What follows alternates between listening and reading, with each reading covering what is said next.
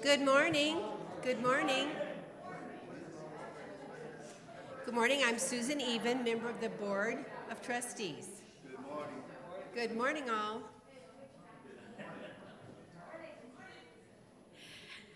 I'm Susan Even, a member of the Board of Trustees, and I'm glad to welcome you to our Sunday service this morning at the UU Church of Columbia.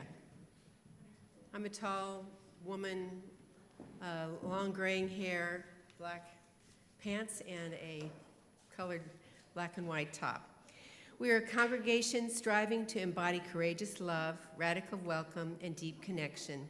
And we are glad you are here, bringing all that you are and all that you love and your deepest commitments for a more just world for all. Welcome.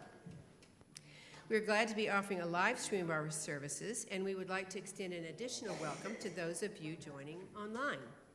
We strive to make our worship accessible, and those of you at home or using screen readers in person can find the accessible order of service with hymn lyrics included in our homepage, uucomo.org. If you're on Zoom, we have an automated captioning turned on, and we will provide spoken descriptions of the images and videos shown on the screen, as well as of the participants in the service. For those in the sanctuary, we have a listening assistance devices with our ushers near the entrance in the sanctuary. Please let Reverend Molly know if you have other access needs, and we can meet with an email to minister at uucomo.org. For those of you here in person, we invite you to attend carefully to the safety of all by leaving plenty of space, wearing your masks, and ensuring that you're greeting one another in a way that is comfortable for both parties. We'd like to particularly welcome any visitors among us this morning and invite you to find our guest book after the service in the entry, if you did not already, or in the chat if you're with us online. We'd love to stay in touch with you about our goings-on. Children and babies are always welcome in worship. And we also have a lively children's religious education program and nursery care for our youngest ones. All nursery caregivers and RE teachers are masked and vaccinated. Our children will be invited to their classes after a moment of centering and embodied prayer. If you have a joy or concern or sorrow that you'd like spoken aloud during the service, you can write them on a paper to my left at the candle table. In the back. Candle table in the back, to be included in our time of prayer, or if you're online, please include your joys and sorrows in the chat so that they can be related to our worship leaders at our time of prayer. Now let us take a moment to settle into this morning with the help of our musicians. Good morning, everybody. Good morning. I'm Violet, the music director here. I am a white woman with about shoulder-length hair and wearing a light blue shirt. Very excited for the music that you're going to hear today. It is very diverse in its style, and it really highlights the adaptability and the talent of the amazing members we have here at UU. I wanted to let you all know, in case you haven't seen the email or the announcement, but we are hosting a music and variety show on December 3rd as a fundraiser for the music program. And there is a physical sign-up form in the back on the table where the flowers are. If you are interested, sign up there. And some of the performers that you're hearing today, you will get to hear at the fundraiser as well. So mark your calendars for December 3rd at 7 o'clock. And we're going to get started with the UUCC Horn Band.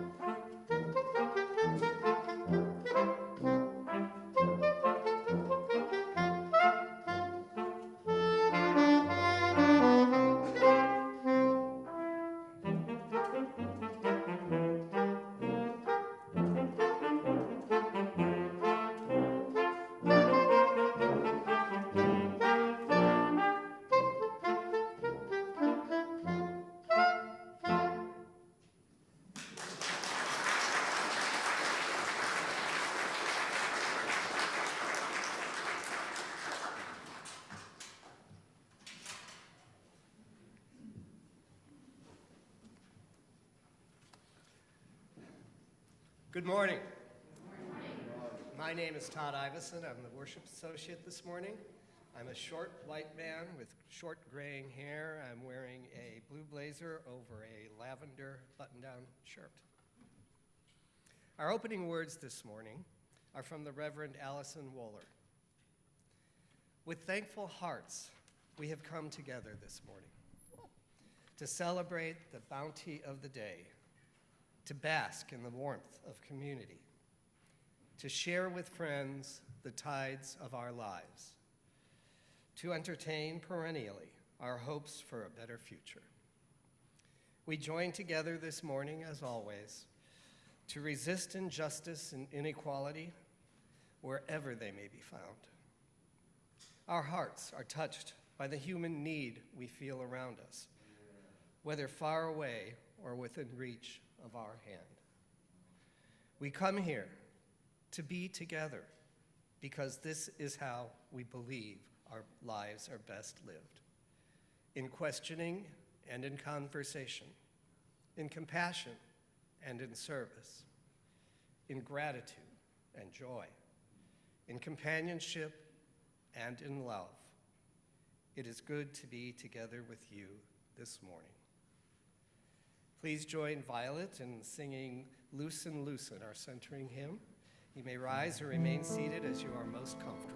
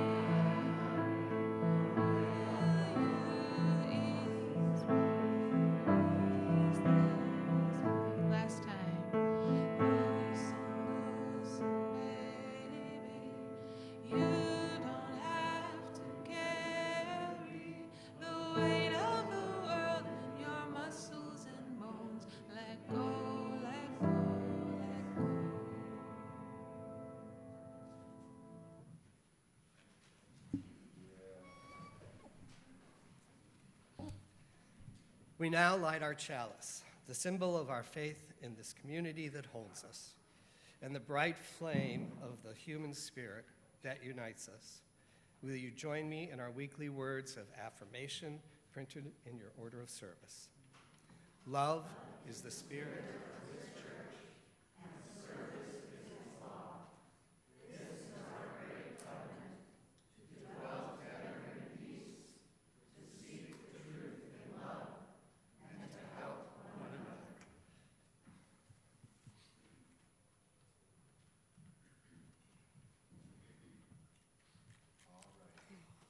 Good morning.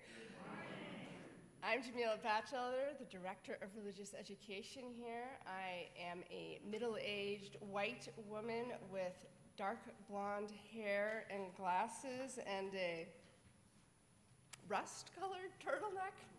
We'll say that's what color it is. Today, we are contemplating gratitude, and we will return again to our centering on gravity. A couple weeks ago, I shared with you a reading by Jess Reynolds, and I often return to its opening lines. On my worst days, it is gravity I am most grateful for. The way the earth pulls at me from her core, yearns for me, keeps me pressed tightly against her surface. When my own core is hollowed out, when I have no more mass than a leaf dead on the branch, still this is enough for the earth to find me. She reaches for what little I have and says, stay. So let us take a moment to sit with our gratitude for gravity. Let your body get comfortable. Close your eyes and feel it relaxed and weighty. And feel the earth finding that weight, calling to it. Feel the pull of gravity, holding you securely and lovingly to the solid, gentle mass to the surface of the earth. Feel it at the base of your spine, the easy heaviness there. Feel that sense of gravity all along your back. Feel the weight of your chest, of all the cares you hold there, and let them relax, knowing they are held by gravity, by the earth, and that you don't have to hold them alone.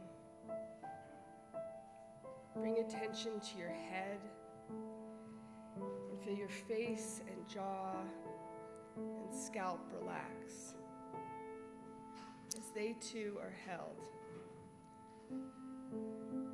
Feel gravity pulling all along your arms, to your hands. Let your hands fall open. Feel the weight of them. Feel gravity down your legs, through the backs of your knees, your ankles. Feel your feet connected to the ground, resting there. Know that you are not alone in having to hold yourself together. The earth is holding you too. Let go of the effort of holding yourself just a little. Let yourself melt a little into the earth. Let your edges relax. And sit here for a moment, feeling that pull back to center.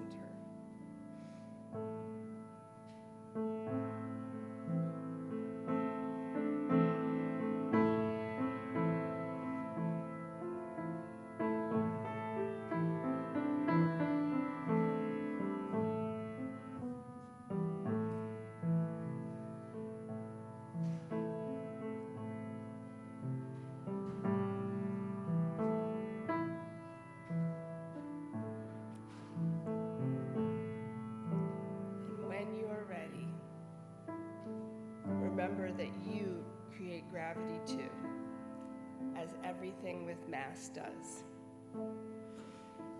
Starting from your core, pull yourself back inward into the outline of yourself, tugging everything back together, and then pull even more. Pull the earth with all its ancient energy into each part of you. Your belly, your chest, your head,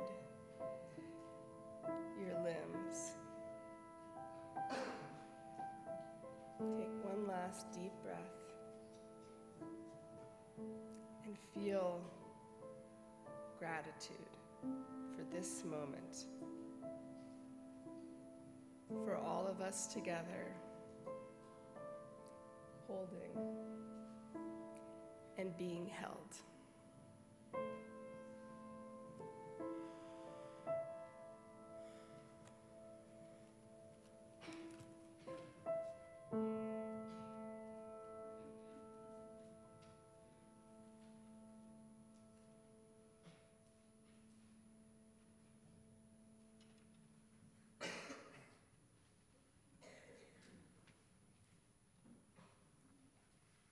Good morning.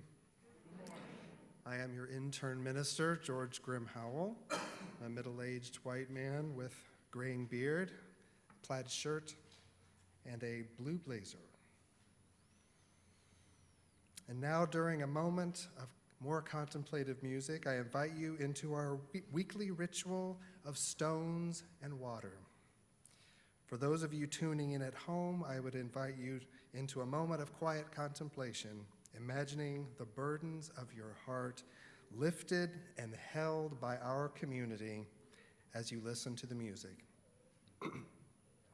For those of you with us in the room, you are welcome to come forward and take a stone representing any of the hopes and fears that you bring with you into this space, and drop the stone in the water, which represents the embrace of our community. Those of you who wish to have your joy or sorrow spoken aloud may write it on a paper at the table in the back of the sanctuary and put it in the basket. And we will also receive joys and sorrows submitted online from the live stream team. I invite you now into this time of contemplation.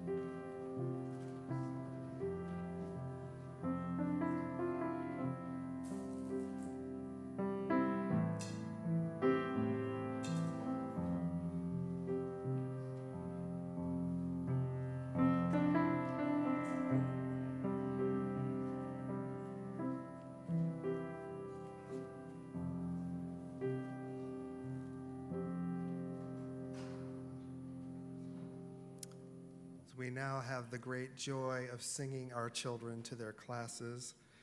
Children are invited to meet their teachers in the back of the sanctuary to head to class while we sing them out with the words in your order of service.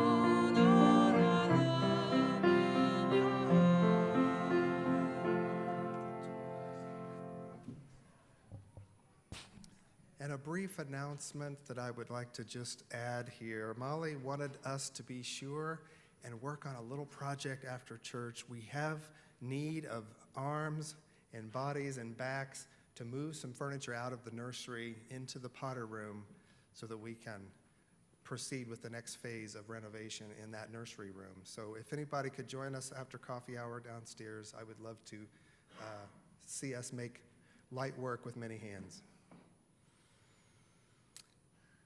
And now we have another special idea. This is before we share our joys and sorrows prayer this morning.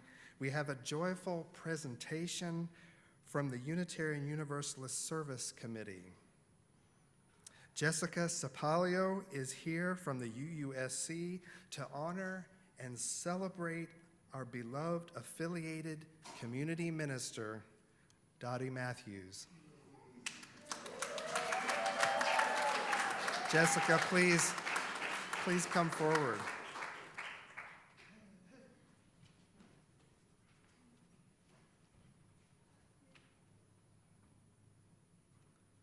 Good morning. Good morning. I'm so happy to be with you this morning. My name is Jessica Sapalio. I'm a tall, middle-aged white woman with brown hair, wearing mostly tan and brown. I am Dottie Matthews' successor as the coordinator of the Congregational Accompaniment Project for Asylum Seekers at the Unitarian Universalist Service Committee, and I'm from Williamsburg, Virginia. My family and I are here visiting Rosie and Dottie, who are looking rather confused and surprised as to why I'm up here this morning. But I know that many of you are aware of the incredible dedication and many years of her life that Dottie has given to immigrant justice and to designing the nationwide CAPAS program. Through her vision and partnership that she has built at many congregations and with many organizations, hundreds of asylum seekers and families who were separated at the border have been met with welcome and solidarity in an otherwise extremely dehumanizing process. I first met Dottie several years ago when my congregation became interested in hosting a CAPAS program. We were new to immigrant justice work, and we were so grateful for Dottie's knowledge, guidance, and grace in helping us get our program started. And it's a local program very similar to the one that you all run under Dave and Allie's leadership. In January of this year, I had the great honor of getting to try to follow in Dottie's footsteps a little bit by becoming the CAPAS coordinator at UUSC to carry on the incredible program that she created. My daily mantra has become, what would Dottie do? What would Dottie do? In the meantime, I've become a huge fan of your congregation. Dottie gave me the gift of suggesting that I start watching your services online, which has been incredible. I feel like a remote part of your community, and I'm so excited to get to join Rosie and Dottie here today. But most of all, I'm here because the UUSC would like to officially honor the incredible contribution that Dottie has made to the immigrant justice field. Dottie, would you please come up?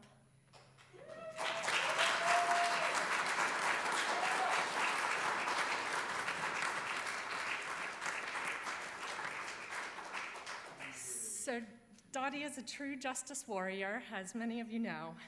She's changed the lives of so many people involved in this program. And in recognition of this, UUSC has started a fund to support congregations as they welcome asylum seekers into their communities, and has decided to name the fund in her honor. The Dottie,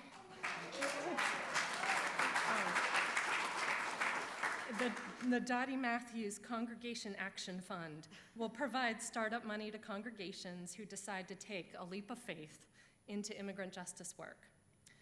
So this certificate is a certificate of recognition to Dottie Matthews in recognition of your dedication to immigrant justice and founding of the CAPAS program. UUSC proudly names the new startup fund for CAPAS congregations, the Dottie Matthews Congregation Action Fund.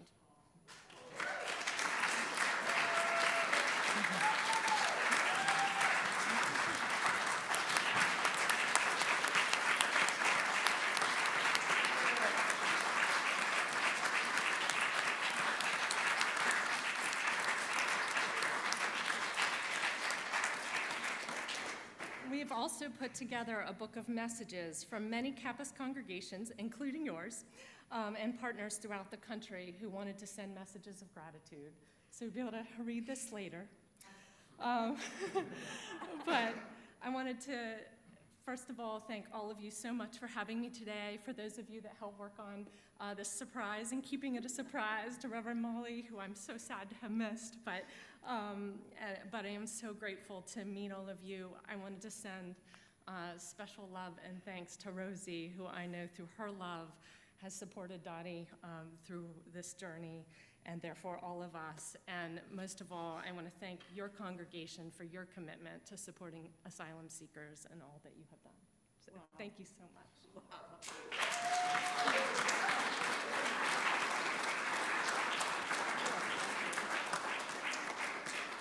And now she knows why I toted a big, huge bag to church.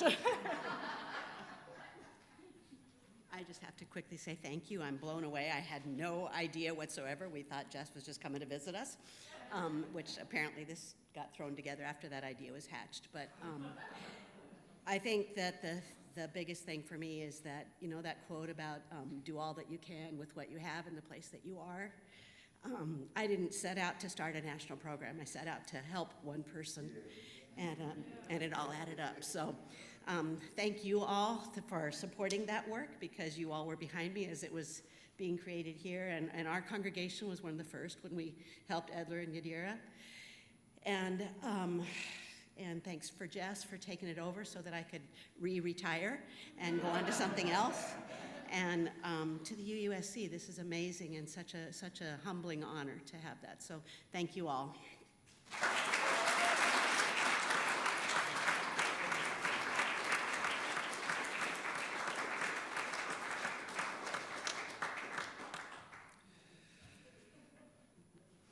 Gratitude.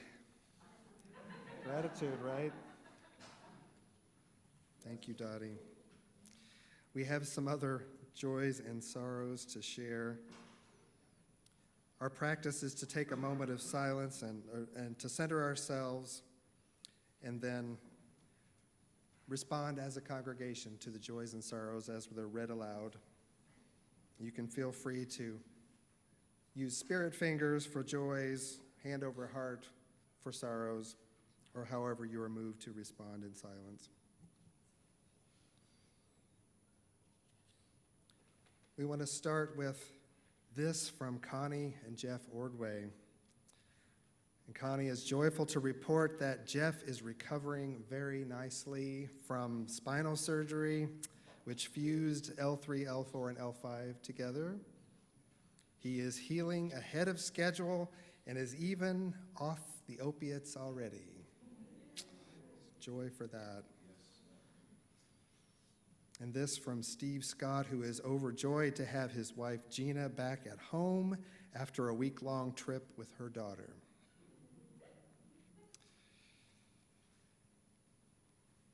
And we have a prayer for the people of Woodridge, Missouri, and Cooper County after the devastating brush fire last night. And I understand there are over 10 families who have been displaced due to this wildfire. We keep them in our thoughts and prayers this morning. We have a joy from Erin Johns, who shares yesterday was a great day. Her grandma Betty Walker's funeral service was held in West Plains, an opportunity to celebrate her life.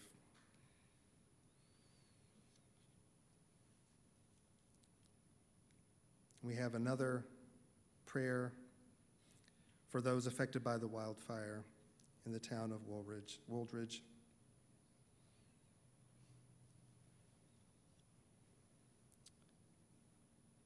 And another also from Art Smith. Sorrow for those who lost their homes in Wooldridge and those homeless who lost their lives in Columbia due to fires yesterday.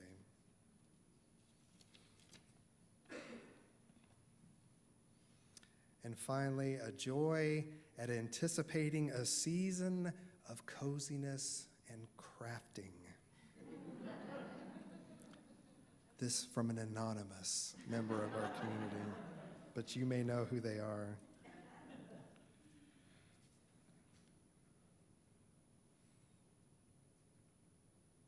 So let us now have a moment of prayer and meditation. We pray with these words of Reverend Judith L. Quarles. How shall we pray? First, let us be open to the silence.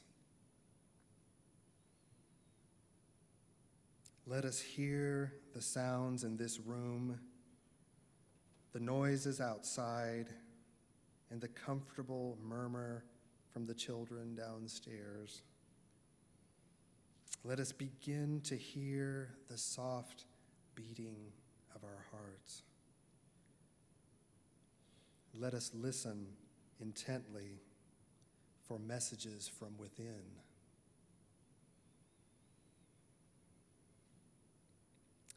Next, let us feel gratitude for our lives and for our beautiful earth. As hard as life gets, as sad or lonely as we sometimes feel, let us always be warmed by the gifts of this life.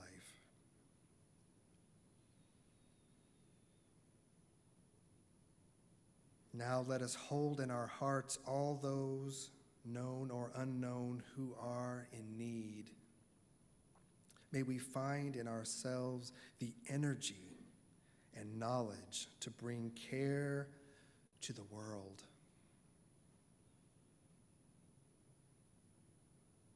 And finally, let us be aware of the blessing that it is not ours alone to do the work of the world. Love and community work wonders, wonders that by we ourselves could never imagine. In this time of silence, let us form our own prayers out of the concerns of our hearts.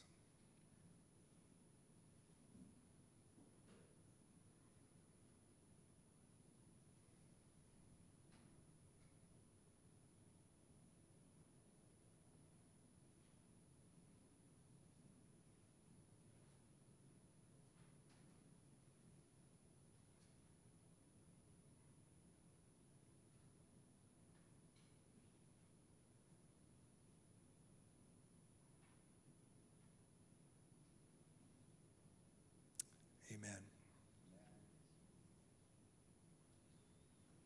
Now please join me in our hymn number 16, actually number 21, For the Beauty of the Earth, in your gray hymnals.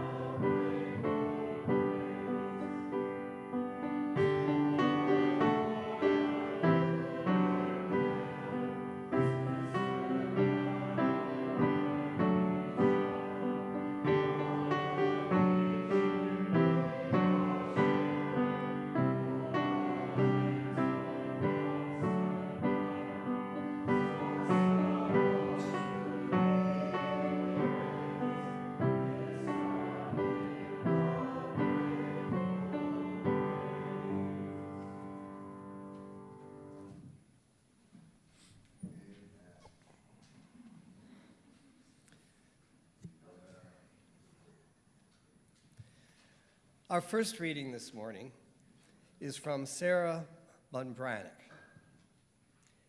You simply will not be the same person 2 months from now after consciously giving thanks each day for the abundance that exists in your life. And you will have set in motion an ancient spiritual law. The more you have and are grateful for, the more will be given you. Our second reading this morning is from the book of Psalms, chapter 52, verse 9. For what you have done, I will always praise you in the presence of your faithful people. And I will hope in your name, for your name is good. Here ends the reading.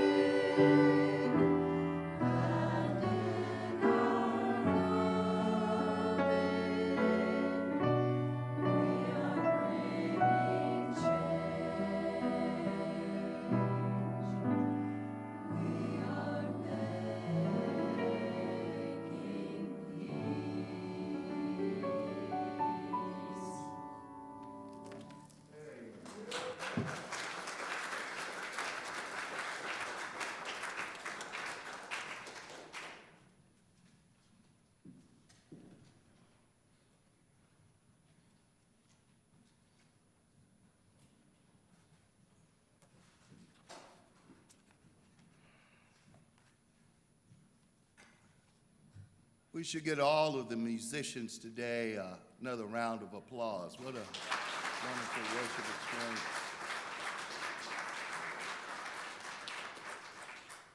I want to start out by saying thank you to all of you for allowing this old country boy to come back. I guess I didn't mess up too badly last time, so y'all just keep on having me. I met the woman who did the presentation this morning outside, and in front of her I said, they let me, Phil Sean, they let me hang out here at this church. I don't know if they really like me, but they say they do. And I hope they'll just keep on lying to me.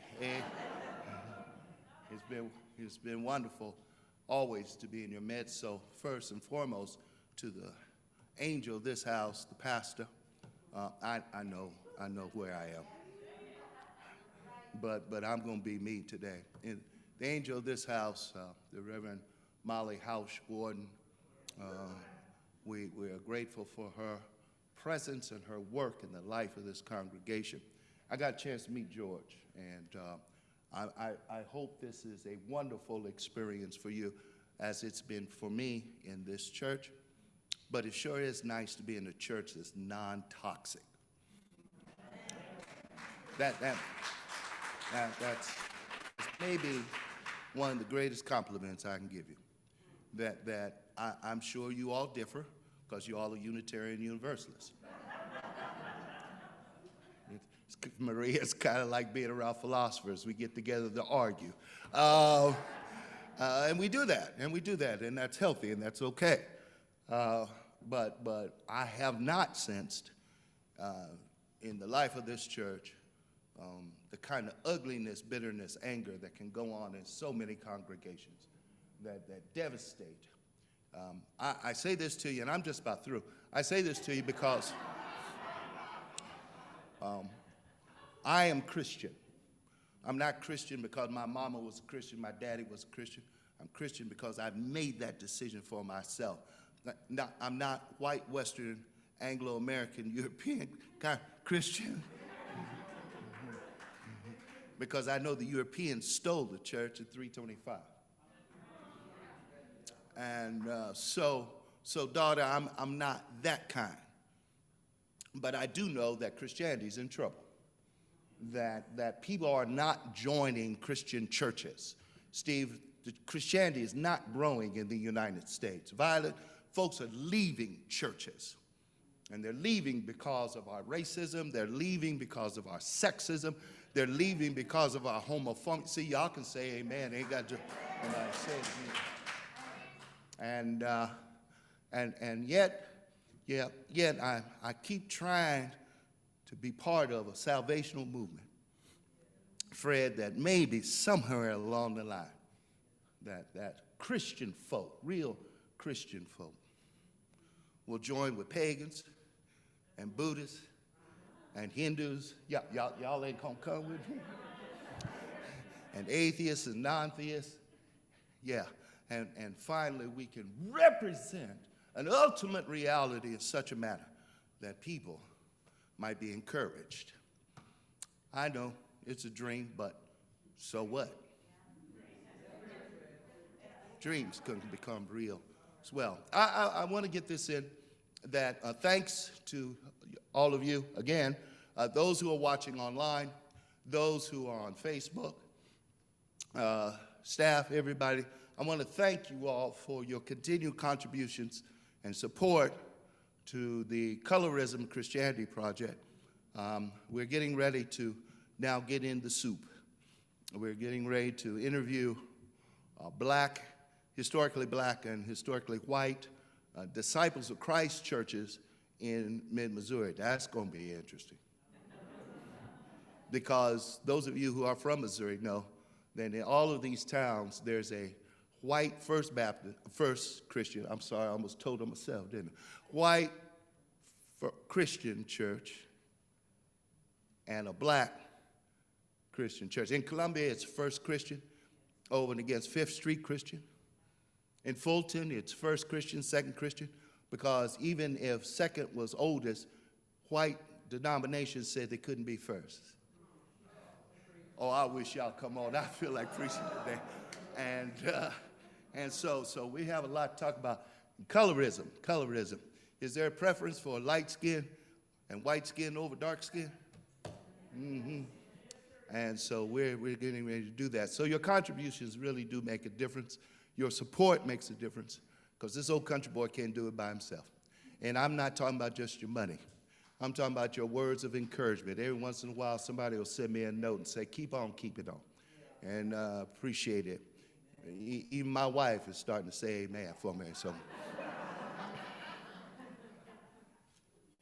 let's begin. Gratitude. Some of you who have read read my column in the Missourian know that a few weeks ago, I wrote a column on gratitude. I talked about a woman that I had engaged in conversation who had nothing good to say. She didn't like the weather. She complained about her aches and pains. She didn't like her neighbors. She didn't like anything. Just mad all the time. And I said, is there anything you're grateful for? She said, I can't think of anything right now. I said, God bless you, and I had to go. I have a neighbor right now who lives across the way from us, and she complains about everything. She talks about how wonderful Mexico, Missouri is. Anybody ever been to Mexico, Missouri? She doesn't like Columbia because they don't give away free trash bags. She's mad at the city because potholes. She's mad about being in Columbia because Columbia people are not friendly. I said, are you friendly? She said, no.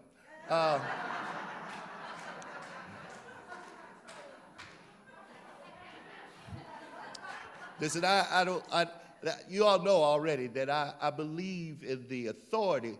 I didn't say in the supremacy, the superiority, but authority of sacred texts, from the Bhagavad Gita all the way to that thing they call the Bible.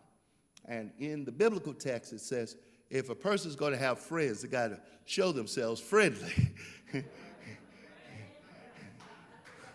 So I notice now my neighbors run away from her. Whenever they see her come out, y'all ought to help. They go back. That's right. They scatter. They're like, don't want to be around her. Gratitude. And Christian friends, theists, non-theists, Unitarian, Universalist, the fact of the matter is that we have been told all our lives we ought to be grateful every day. Go, give thanks for the things that are in our lives. Be grateful. But the problem is that the world we live in makes it hard to be grateful. It makes it difficult because even though we are educated and we watch the world around us become even more educated, we're still sexist. It's hard to give thanks when we watch the very systems that ought to help us and liberate us be part of the process of slaving us. And so, the question then becomes, from a phenomenological perspective, how do I maintain my gratitude? And if y'all could just give me 5 more minutes, I'll get out your way. So, Brother Lyle, how about this one? That in order, there's some necessary, I want to suggest there are some necessary and sufficient conditions for gratitude to grow within us.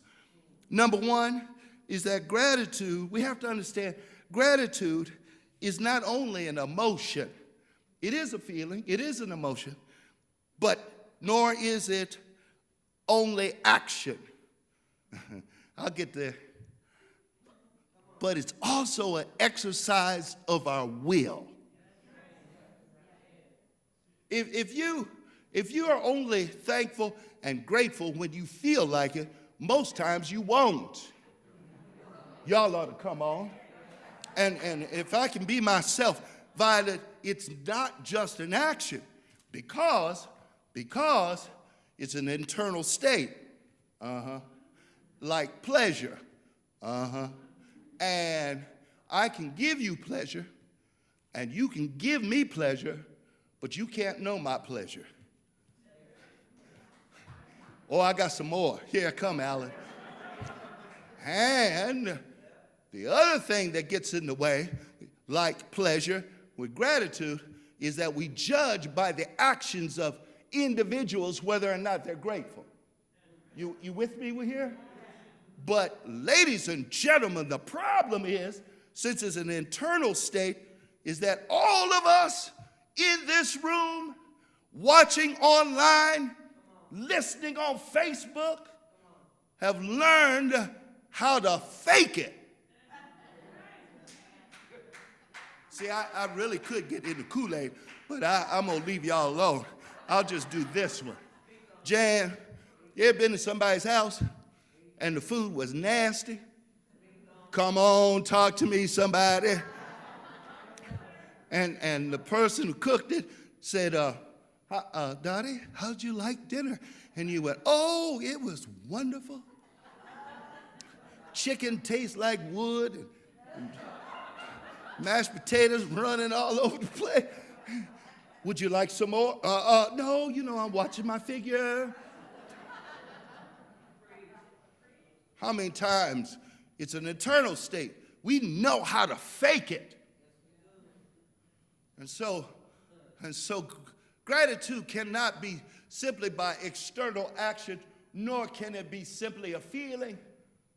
Sometimes you just have to be thankful when you don't feel like it.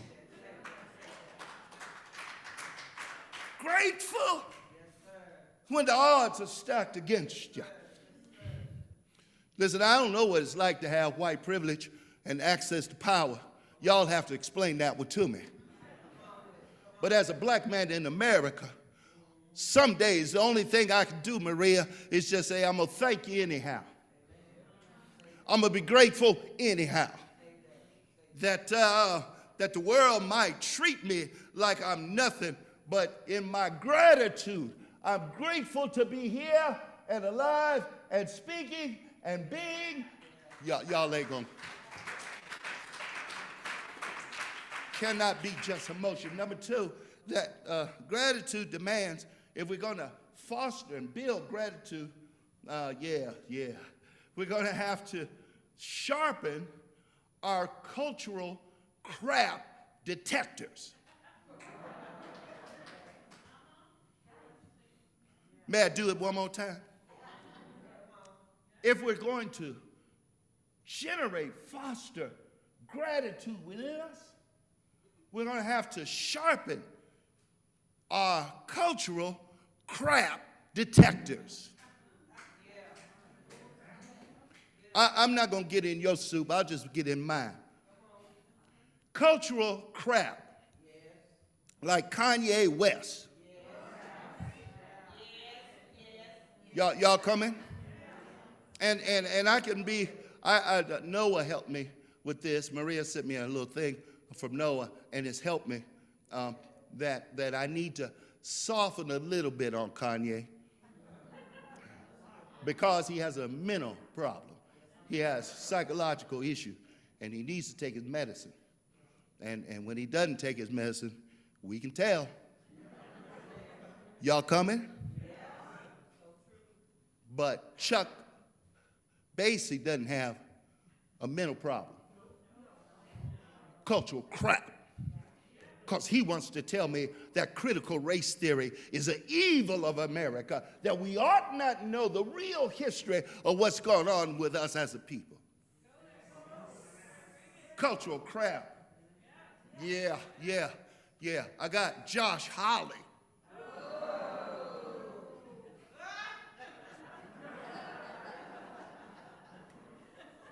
I didn't know if I was going to be able to do this today because I got gout.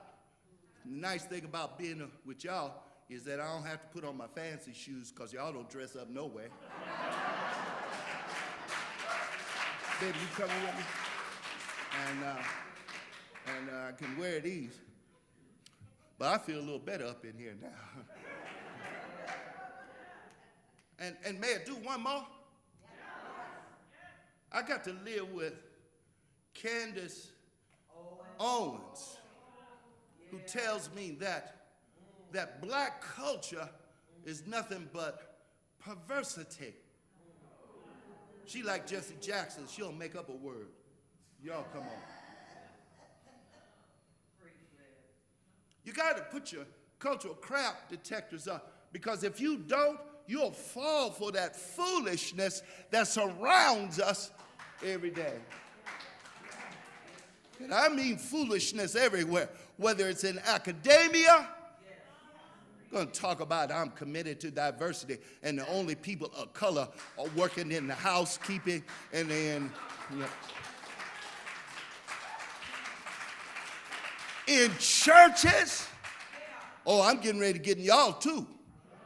You're committed to an eighth principle, but y'all sure look mighty white. Ain't nobody gonna say amen now. Somebody ought to at least say ouch. Or at the crossing, I love Keith and Dave, I really do.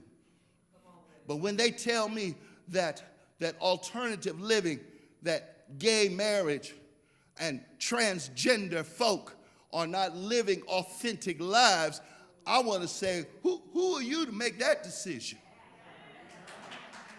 Cultural crap detectors. In order for our gratitude to rise, it's time to go, because I forget, I'm in the white church. Y'all ain't used to being in church too long. Can I get one more out? See, because I want our gratitude to rise within us. When I come into this congregation, people still ask me, how you go over there to that Unitarian church? And what are they anyway? And what kind of church is that? I say it's one that accepts me for who I am. You know, people still haven't got over the fact that you all, as a congregation, the board voted to take Dawson Journey Ministry and Crazy Dawson under your wing and make us part of your ministry out of this church. A black Baptist.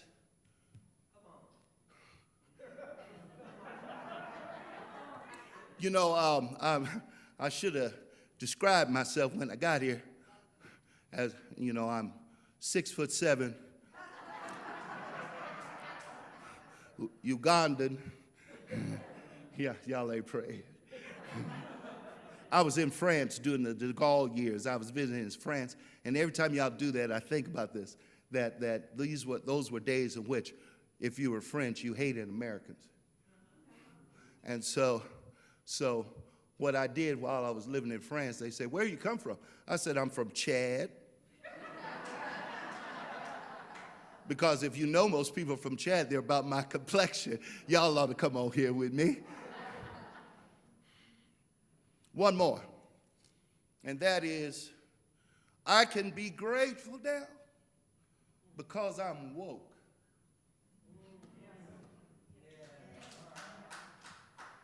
You see, when you're asleep, you can become petty and fooled by crass materialism, hunger and thirst for power and prestige. My Buddhist friends always remind me, said that's so foolish, because fame is fleeting and pleasure is insatiable, and money cannot make you happy. I know a whole lot of wealthy people who are miserable. Can I get a witness? But suddenly I woke up. And if you're woke, you'll start being grateful about things that you used to overlook. When I was a younger man, especially a younger preacher, I used to, George, when I got out of seminary, they said, all of you are going to be great preachers because you're a Princeton product.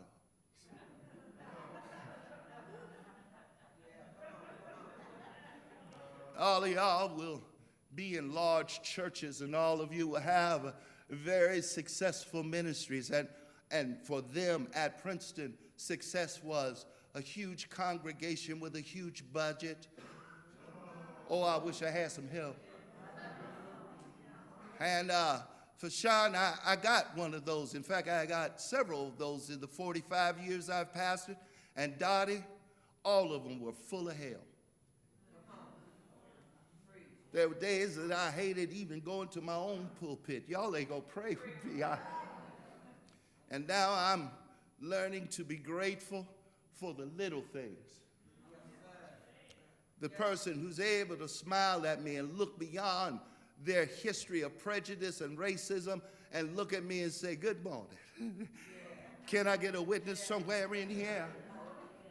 I've learned, I'm woke now, that there is a thing called real love. It is possible for people to move beyond our proclivities and our biases and our shortcomings.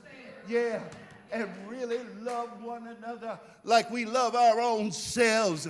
Is anybody else woke in here to understand that we're not in this by ourselves? I got to go because I'm getting ready to shout up in here. UUs, non-UUs, Maria, we're surrounded by a mighty cloud of witnesses. We're not in this by ourselves. There were UUs who lived before us, who gave their bodies and their blood for a cause known as justice and freedom. Yeah. There's some folk like Zora Houston. There are some folk like Fannie Lou Hamer. There's some folk, good God Almighty, like Baldwin. There's some folk who have tried to teach us that if we hang in there, a change will come.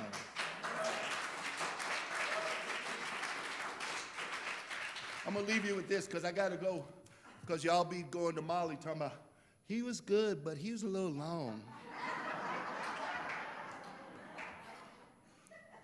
Todd, I'm woke enough to realize to be grateful for my enemies. Because Fred, my enemies have made me better. My struggles and my suffering have made me appreciate things better.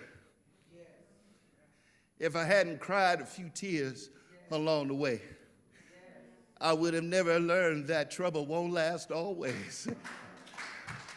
Can I get a witness somewhere in here that our suffering has made us better? We're better men, we're better women, we're better people because we had to go through some things. But in our going through, we found out we have a faith that can move mountains. We have the power to make change, that we can be a beloved community. Is there anybody grateful for that?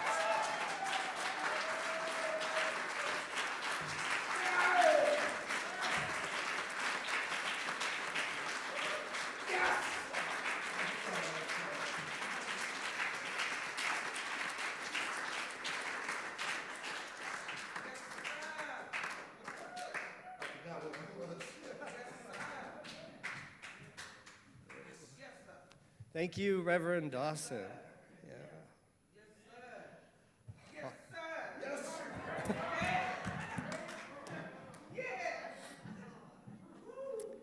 Yeah, I think we're all grateful for the time you spent. Now, please join in singing hymn number 16. 'Tis a gift to be simple. You may rise or remain seated as you are most comfortable.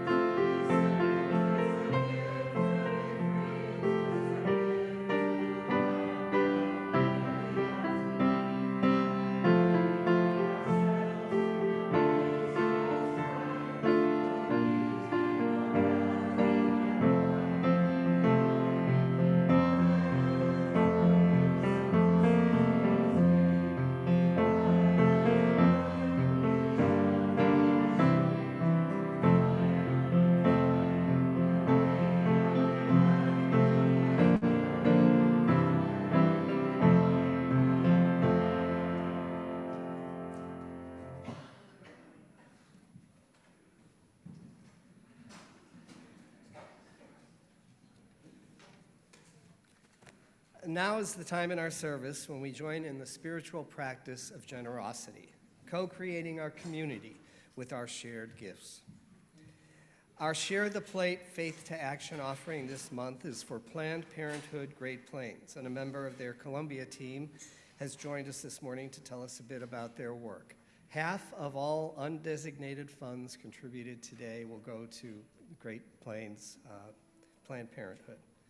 In a moment, our ushers will come around the sanctuary to receive your donations, or you can give online using the information in your order of service. Now, we are grateful to hear from Angela Huntington of Planned Parenthood Great Plains here in Columbia. Angela.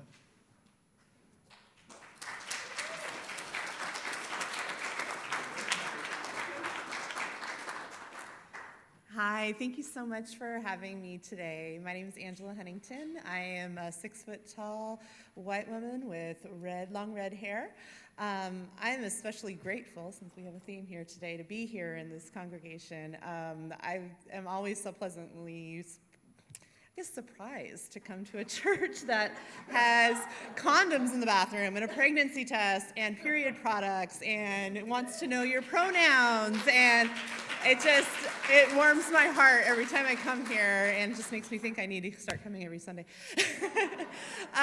Just talking a little bit about Planned Parenthood Great Plains. So we serve actually 4 states. We serve Oklahoma, we serve Kansas, we serve Missouri, and Arkansas. So we are a very large service area that is Midwest, a little bit Southern. And we provide sexual and reproductive health care for any human that walks through our door. So that can be birth control, that can be well women visits, well person visits, that can be abortion care, gender affirming care.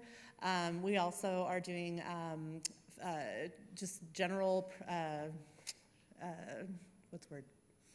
general practice. Yeah, general health care. So if you have strep throat, that kind of thing. Right now in Columbia, so we're all Columbians here, our Planned Parenthood here in Columbia, we've got several amazing programs that allow free birth control for anybody who needs it. That would be IUDs, birth control pills, Nexplanon, and it's all completely free. And so, as many of you might know, that's very, very expensive care. It can be if you're paying out of pocket. And so it makes it accessible to anybody.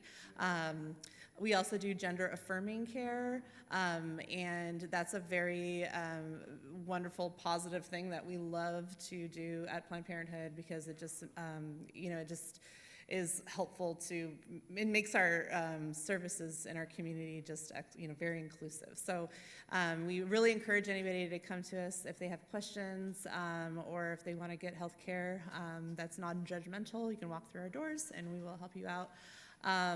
We have one state in our affiliate, and actually it's one of like 2 or 3 states in the Midwest and the South right now that's actually able to perform abortion care. So we do abortion care in Kansas. We have 3 clinics in Kansas that do abortion care, that do surgical as well as medication abortions, and we also provide funding. So my main job is I'm an abortion patient navigator, so I assist patients who need help like from all over the U.S., so Texas, Oklahoma, people to come to Kansas. We help pay for their procedure itself. We also help reduce barriers like travel, so hotels, flights, food, gas cards, those kinds of things. So all day long, I help patients actually reduce the barrier of trying to travel hundreds and hundreds of miles to get a procedure that should just be general health care, that should not have a stigma attached to it. So again, I really, really do appreciate everybody listening to me today. Thank you so much for having me and allowing to do the offering today. And if you have any questions, I will be sticking around afterwards. So thank you so much.